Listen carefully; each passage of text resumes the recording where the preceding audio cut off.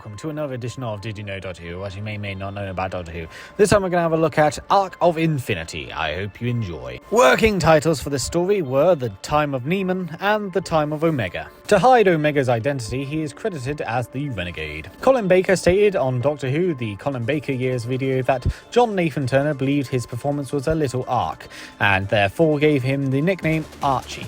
Speaking of which, this is the first time an actor who goes on to play a future incarnation of the Doctor appears in a story before they become the Doctor themselves. Substantial portions of the story were filmed on location in Amsterdam. This is only the second time the show had been filmed outside of Britain. Crowd control in Amsterdam proved to be a major issue throughout the shoot, with Dutch viewers recognising Peter Davison from All Creatures Great and Small. John Nathan Turner tried to assist Ron Jones in dealing with the onlookers, and indeed is invisible in transmitted versions of the Arc of Infinity, gesturing away a group of onlookers in the background of a Part 4 scene of the Doctor and Nyssa at the telephone box. At one point, John Nathan Turner attempted at crowd control became dangerous when an elderly woman assumed he was a thief and attacked him. The Dutch street organ that transfixes Omega for a moment during Part 4 is playing the song Tulips from Amsterdam. The same music is heard during the establishing shot of Amsterdam at the start of Part 1. Every story during this Season 20 featured a component of a story from the show's past. For this serial, it was Omega, who was last faced the three incarnations of the Doctors in the 10th anniversary story, The Three Doctors. Tegan is the first companion to have rejoined the Doctor on his travels after being departed. Tegan, while playing a significant part in the serial, has no scenes on Gallifrey, thus does not interact with half of the guest cast. Colin Baker had to remove his elaborate helmet, which he nicknamed Esmeralda, as it kept bumping into the doorways and arches on the set, so he spent most of the story with the helmet under his arm against his hip. He later said it was like carrying a chicken around and took it to calling it the chicken. The story was originally set in London. Originally, the storyline involved the Doctor suffering from nightmares about his regeneration, which were actually a precursor to the arrival of an entity called the Avatar, who takes on the Doctor's form and goes to Amsterdam, operating there as Niemann.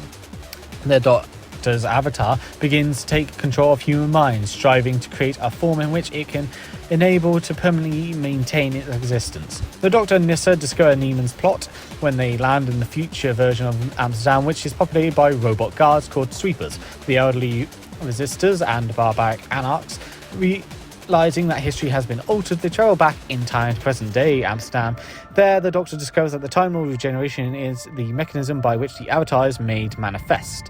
The Avatar is defeated when the Doctor relives his own recent regeneration. It was Ian Levine who suggested the inclusion of Omega. Cardinal Zorak was originally called Zorl. While visiting Amsterdam's red light district along with the cast and crew one evening, Janet Fielding was approached by a man who had mistaken her for one of the city's prostitutes. Filming was allowed in Amsterdam so long as the story didn't involve drugs, smuggling, prostitution, or diamond or art theft. Colin Baker played Maxwell not as a guest role, but as someone who thinks he's starring in his own series. As a result, John Nathan Turner had to tell him that it's called Doctor Who, not the bloke who's a guard in the background. In fact, Colin Baker was a fan of the show and was delighted to play a guest role, but was also disappointed that he seemingly was never meant that he could play the Doctor. How ironic. Sarah Sutton ripped her trousers during the crypt scene. Ian Collender described Omega's costume as one of the most uncomfortable experiences in his life. In fact, the metal plates on his costume caused him to get burnt at one point as a result of intense heat from explosions. Peter Davison claimed that he was planning to use a dildo he purchased in Amsterdam as a weapon to kill Omega,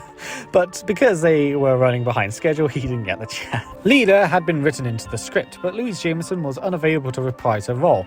A few of Leela's actions critical to the plot were therefore given to Nyssa, resulting in a slightly unusually aggressive role for her character. The Ergon was envisioned as a semblance of bones, inspired by creature in Alien. Sadly, this effect, particularly the inclusion of the pterodactyl skull, which Malcolm Harvey wore as a hat, did not come as intended. With no time available to modify or replace it, the costume was then judged as a failure.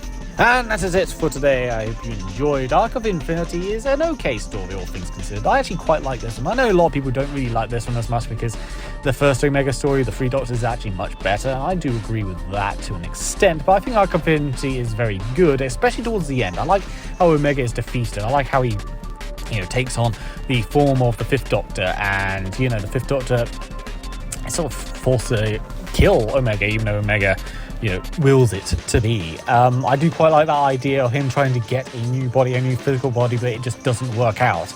I can understand why this can feel very similar to The Master. Of course, he lost his body and he needed a new body.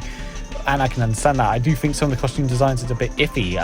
It's funny seeing Colin Baker in this, especially knowing that he felt like he wasn't going to be able to play the Doctor because he was in this show beforehand, but of course he did play the Doctor, the next Doctor in fact.